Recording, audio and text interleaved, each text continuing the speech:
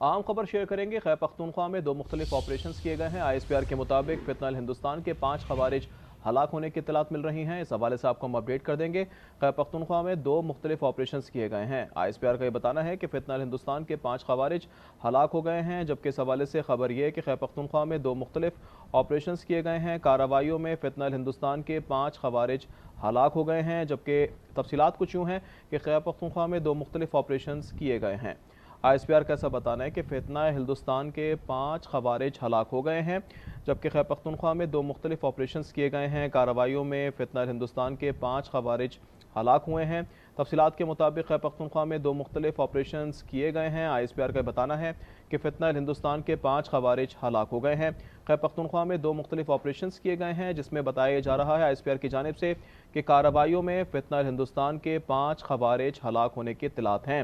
खैबर पख्तूनख्वा में दो मुख्तलिफ ऑपरेशन के हवाले से आपको हम अपडेट कर रहे हैं। ISPR का ये बताना है कि फितना हिंदुस्तान के 5 खवारिज हलाक हो गए हैं, जबकि कार्रवाइयों में फितना हिंदुस्तान के 5 खवारिज हलाक हुए हैं।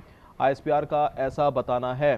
तफसीलात के मुताबिक खैबर पख्तूनख्वा में दो मुख्तलिफ ऑपरेशन में ISPR के मुताबिक फितना हिंदुस्तान के 5 खवारिज हलाक हो गए हैं, जबकि कार्रवाइयों में फितना हिंदुस्तान के 5 खवारिज हलाक हुए हैं।